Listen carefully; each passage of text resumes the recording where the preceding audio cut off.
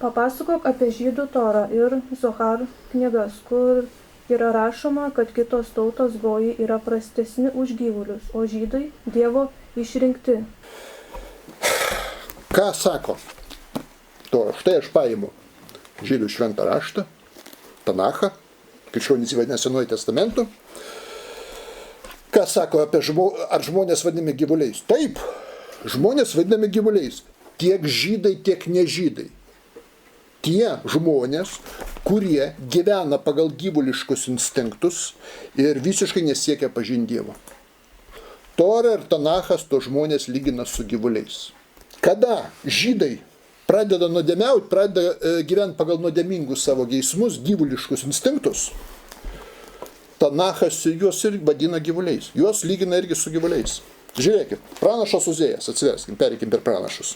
Pranašas Hošė arba Ozėjas, kaip čia išverčia, 4 skyrius 16 eilutė sako.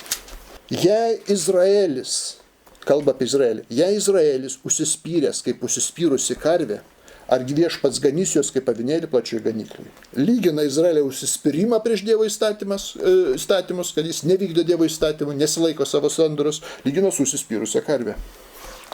Prašau, su gyvuliais lygina. Ozėja 8 skyrius, jeigu turim Ozėja, tai 8 skyrius, 8-9 eilutės, pažiūrėkit.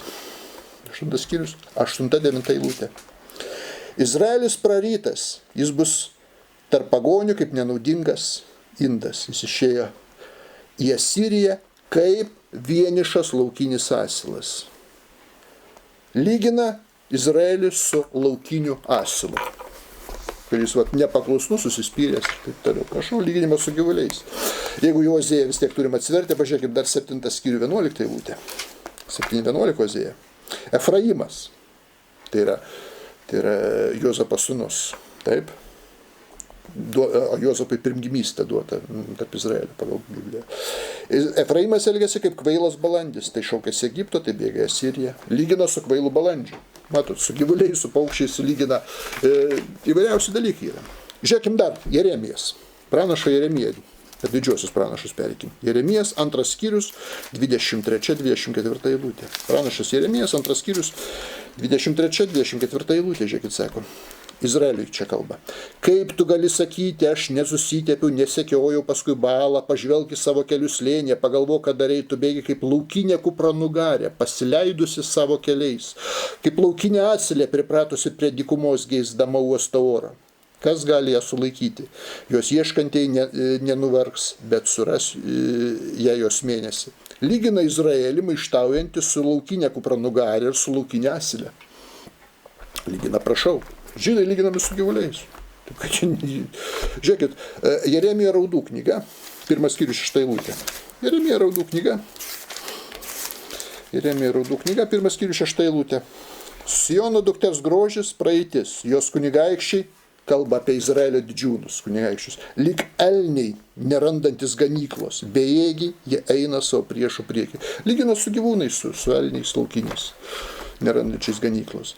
Pažiūrėkit, pranašas Sofonijas, 3 skyrius, pranašas Sofonija, 3 skyrių, 3 eilutė, pažiūrėkim, 3:3. Kalba apie Izraelį. Jo kunigaikščiai, Izraelio didžiūnus lygina, elitą, yra riaumojantis liūtai, teisėjai, stepė vilkai, kurio nieko nepalieka kitam. Taigi didžiūnus ir teisėjus lygina su plėšriais liūtais, su plėšriais vilkais stepė. Taigi, kada kalba pradžios knygui, Torai, apie Izraelio 12 giminių, 12 patriarchų, kai kuriuos nusidėjusius patriarchus, už kai kurias jų nuodėmes, juos lygina tiesiog su gyvūnais. Pažiūrėkit, 49 skyrius pradžios knyga. Pradžios knyga, 49 skyrius. Pažiūrėkim. Kontekstas čia bus toks. Jokūbas savo 12 sūnų patriarchų palaimina.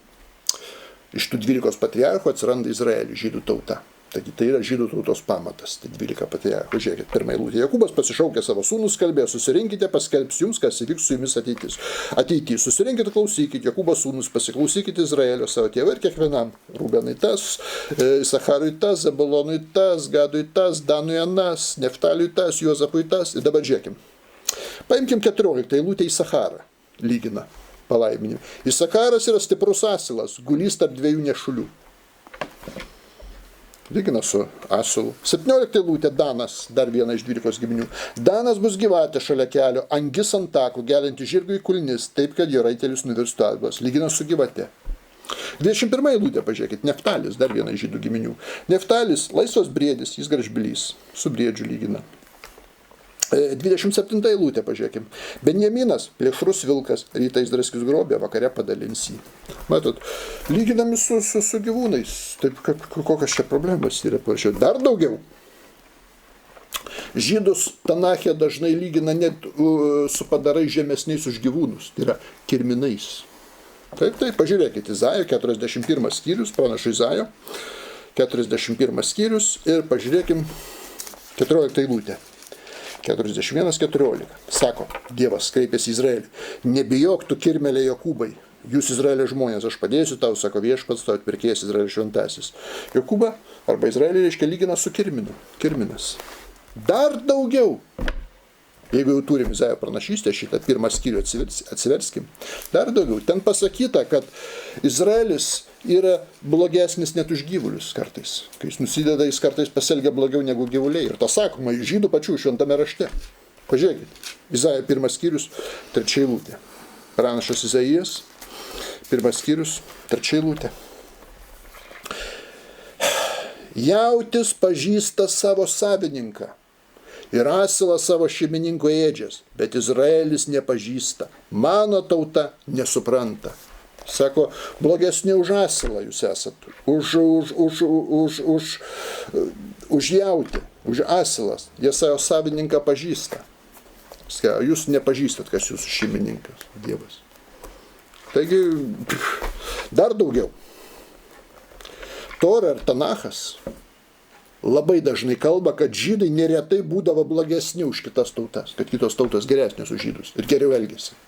Prašau, čia tas pasakyta. Tai kur čia kitų tautų niekinimas? Pažiūrėkit, Jeremijo 2 skyrius, atsiverskit, pranašas Jeremijas, 2 skyrius 11 eilutė. 2 skyrius 11 eilutė. Čia Dievas kreipėsi į Izraelį. Ar yra, kuri tauta pakeitusi savo dievus, kurie nėra dievai, bet mano tauta pakeitė savo šlovėje tai, kas yra bevertės. Stebėkitės dėl to dangus, įsigaskit ir būkit sukrėsti, 2 piktybės padarė mano tauta. Ji paliko mane gyvą vandens šaltinį ir įsikasė skylėtų šulinių, kurie nesulaiko vandens.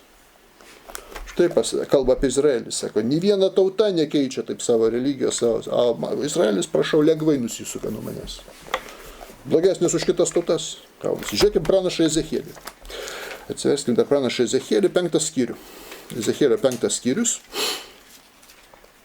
5 skyrius, tai bus 6-7 eilutė. 6-7 eilutė. Nuskaitau nuo 5. Taip sako viešpats Dievas, tai Jeruzalė aš įkūriau tarp pagonių tautų. Bet ji paniekino mano sprendimus labiau negu pagonių tautos ir mano nuostatus labiau negu aplinkui esantis kraštai, atmesdami mano sprendimus ir nesilaikydami mano įstatymų. Kadangi jūsų nedorybė daugiau negu nedorybė aplink jūs gyvenančių tautų, jūs nesielgėt pagal mano įsakymus, nesilaikėt mano nuostatų ir nepaisėt netgi nuostatų aplink jūs gyvenančių tautų. Todėl aš esu prieš jūs ir vykdysiu teismą tavo vidury tautų akivaizdu. Izraelį už tau bjaurystės, tau darysiu tai, ko niekada nedariu ir nebedarysiu. Štai kalba apie Izraelį, sako, jūs paniekinot mano sprendimus labiau negu pagonių tautos. Matot, neaiškia, pagonys čia nuo Dievo toli, žydų čia, o jūs čia išaukštinti žydų, nieko panašaus, sako, pagoniai buvo doresni dažnai negu jūs. Sako, ir mano nuostatus paniekinot labiau negu aplinkui esantis kraštai. Jis sako, 7 eilutė, kadangi jūsų nedorybė daugiau negu nedorybė aplink jūs gyvenančių tautų. Na ir duosiu bausmę ir aš jūs paniekinsiu. Taip sako Dievas, labai žiūrėkit 2 kronikų knyga dar. 2 kronikų knyga, 33 skyrius, 9 eilutė. 2 kronikų knyga, 33 skyrius, 9 eilutė. Pažiūrėkim. Bet Manasas suvedžiojo Judą ir Jeruzalės gyventojus taip, kad jie elgėsi blogiau negu pagonys, kuriuos viešpats išnaikino Izraelito akivaizdai. Žydai elgėsi blogiau negu pagonys. Ir tas parašyta žydų šventam rašte. Aš skaitau žydų šventų raštų. Iš to vadinama Seno testamento, žydai vadina Tanachu ir Torą. Taip, pažiūrėkit. Ezechielį pasiverskim. Pranašas Ezechielis, 16 skyrius, 47-48 eilutės. Pranašas Ezechielis, 16 skyrius, 47-48 eilutės. Sako Izraeliai. Tačiau tu nevaikščiai jų keliais ir nesieliai pagal jų bendrystės. To buvo per maža, sako. Todėl tu iškreipai dar daugiau visuose savo keliuose, reiškia, negu Samarija, negu kitos tautos. Kaip aš gyvas, sako Viešpats Dievas, tavo sesuo Sodoma su savo dukterimis nesielgia taip, kaip tu ir tavo dukteris. Matot, sako, Sodoma net nesielgia taip kaip jūs. Tavo sesers Sodomas, jos dukterų nusikaltimas buvo išdidumas, perteklius, dykinėjimas, beturčių vargšas nepadėjo. Jos kėlėsi puikybę ir darė bjaurystės mano akivaizdu, tai aš sunaikinu jas. Samarija nepadarė nė pusės tavo nuodėmių, bet tu ją pralenkiai savo bjaurystėmis. Tavo seseris, iškia Sodoma ir Samarija, teisesnis už tave. Taigi aiškiai kalba, kad pagonių tautos labai dažnai ir daug atvejų būna teisesnės už žydus. Štai kas kalba. Toliau. Sako, niekint kažkokios kitas tautas, Torų ir Tanachė. Atvirkščiai Torų ir Tanachė pasakyta, kad iš kitų tautų nežydų dori ir išmintingi žmonės turi būti labai gerbiami. Ir mes skaitom ir matom, kaip dori ir išmintingi žmonės iš kitų tautų yra gerbiami. Aš jums paskaitysiu keletą pavyzdžių. Žiūrėkit. Mozės uošvis. Mozės uošvis buvo nežydas. Mozės uošvis Jetras buvo medianitas. Pažiūrėkit, Išėjimo knyga, 3 skyrius. Išėjimo knyga, 3 skyrius. Čia pasakyta, kas buvo Mozės uošvis, kad nežydas. Pirma eilutė. Mozė ganė savo uošvio midjaniečių kunigo Jetro avis. Midjaniečių kunigo Jetro avis. Jis buvo midjanietis. Taip, nežydas. Bet Mozė tapo jo žentu, jokių problemų. Dar daugiau, Mozė ypatingai gerbė. Pasižiūrėkit, Išėjimo 18 skyrius, kaip Mozė jį gerbė. O Mozė juk didžiausias iš visų žydų, iš visų judėjų. Tai pranašų pranašas laikomas. Pats didžiausias žydas gyvenęs visais laikais. Judaizme yra Mozė laikomas. Aukščiausias iš pranašų. Mozė, taip. Ir pažiūrėkit, Mozės žentas yra nežydas, neniekina jisai, susitokė su nežydė. Sefora buvo nežydė, midjanytė. Dabar žiūrėkit, 18 skyrius Išėjimo knygai. Pažiūrėkit, kaip Mozė elgėsi su savo nežydų uošviu. 6-7 eilutė. Jetras pranešė Mozei, štai aš, tavo uošvis Jetras su tavo žmona ir abiems sūnumis einame pas tave. Tada Mozė, išėjęs pasitikti uošvio, nusilenkė jam ir jį pabučiavo. Paklausė vienas kitą, kaip sekasi, jie palapydė. Mozė išeina į lauką net pasitikti. Nusilenkė jam, pabučiuoja jį. Čia kokią pagarbą rodė. Dar daugiau. Jetras buvo labai išmintingas žmogus. Todėl net jo patarimo klausė Mozė. Ir šitas patarimas Jetro, nežydo patarimas, yra įrašytas į Torą, kaip įstatymas. Prašau, paskaitykim toliau. Išėjimo 18 skyrius, nuo 13 iki 26 eilutės. Skaitom. Išėjimo 18 skyrius, nuo 13 iki 26 eilutės. Kitą dieną Mozė atsisėdo žmonių teisti ir žmonės stovėjo prie jo nuo ryto iki vakaro. Mozės uošvis, pamatęs visą, ką jis darė, žmonėms klausė, ką tu čia darai, kodėl tu sėdi vienas, o visi žmonės stovi nuo ryto iki vakaro. Mozė atsakė, žmonės ateina pas mane pasiklausyti Dievo patarimų.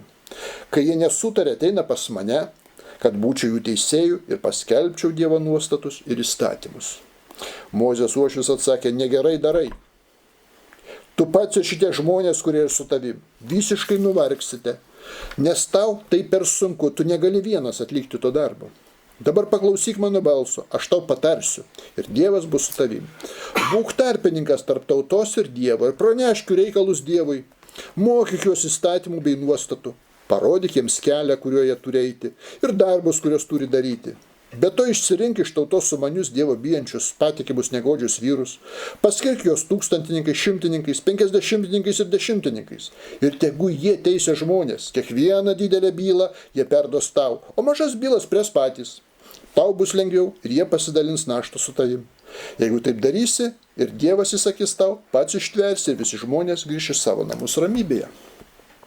Mozė paklausė savo uošvio patarimo, jis susirinko sumanius vyrus iš viso Izraelio, paskyrė juos vyresniaisiais, tūkstantininkais, šimtininkais, 50-ininkais ir 10-ininkais.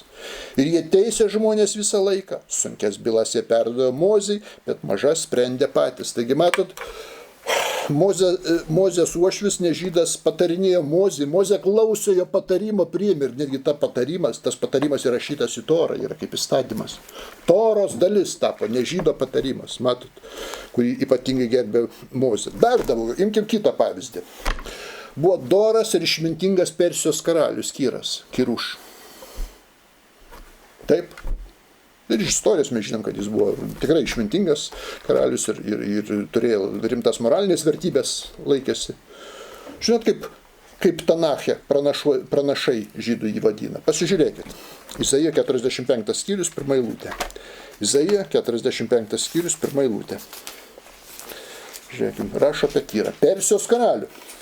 Taip sako viešpats savo pateptajam Kirui, kurį jis pasirinko, kad atiduotų jam tautas, nuginkluotų karalius, atidarytų duris ir vartų niekas jam neuždarytų. Aš eisiu pirma tavęs, sulyginsiu kalnus, sutrupinsiu varinės duris ir sulaužsiu geležinius skaičius. Aš duosiu tau tamsos lobius ir paslėptus turtus, kad žinotumė, kad aš esu viešpats Izraelio Dievas, kurį šaukiu tave vardu. Kirą vadina pateptuoju, pateptais, hebrajiškas žodis Mašiach, Mesijas. Pagonis, nežydas. Persai yra indoarijai. Tuo metu jie kalbėjo indoarijų, dabartiniai Iranas, jie jau nebekalba indoarijų kalba. Bet tuo metu jie kalbėjo indoarijų kalba, gimininga lietuvių kalbai, sanskritui, lotynų kalbai, graikų kalbai ir kitom indoeuropietiškom kalbom. Jį vadina pateptuoju. Žmogus išmintingas daro teisingus sprendimus, bijo Dievo viskas, Torą jį gerbia. Nesvarbu, kokios jis tautybės. Štai kas parašyta. Žiūrim toliau. Visi turbūt girdėjot Senajam testamente arba Tanache žydų. Jobo knyga. Jobas, teisuolis Jobas.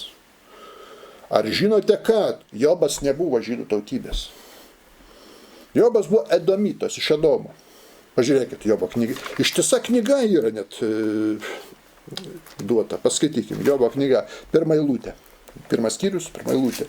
Uco krašte gyveno vyras vardu Jobas. Jis buvo tobulas ir teisus vyras, bijo Dievo ir vengė pikto. Uco krašte. Ucas tai pietinė Jordanija dabar būtų. Tuo metu tai buvo Edomo tauta gyveno. Tais laikais edomitai, ne žydai. Prašau. O kaip gerbiamas Jobas? Kaip jis gerbiamas? Kaip jis aukštimas? Pažiūrėkit, 1 skyriaus 8 eilutė. Ką rašo apie Jobą? Viešpats vėl klausė šėtoną, ar atkreipė dėmesį į mano tarną Jobą. Juk žemėje nėra nė vieno jam lygaus, jis yra tobulas ir teisus, bijo Dievo ir vengia pikto. Įsivaizduoja, tuo metu egzistavo ir žydų tauta jau.